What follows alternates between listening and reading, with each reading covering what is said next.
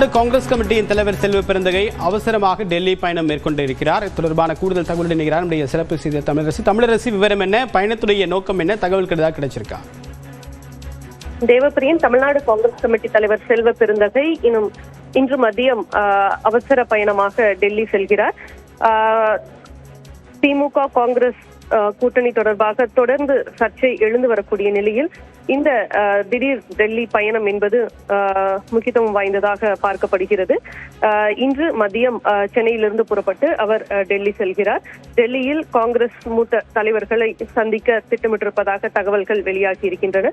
குறிப்பாக நாளைய தினம் தமிழகத்தில் தமிழ்நாடு காங்கிரஸ் மாவட்ட தலைவர்கள் கூட்டம் மற்றும் பாத யாத்திரை திட்டமிடப்பட்டிருக்கிறது. இதில் காங்கிரஸ் கட்சியின் பொதுச் செயலாளர் கே.சி. வேணுகோபால் இதில் பங்கேற்க தமிழகம் வருகிறார். இந்த நிலையில் இந்த திடீர் பயணமாக அவர் செல்வ பெருந்தகை டெல்லி செல்கிறார்.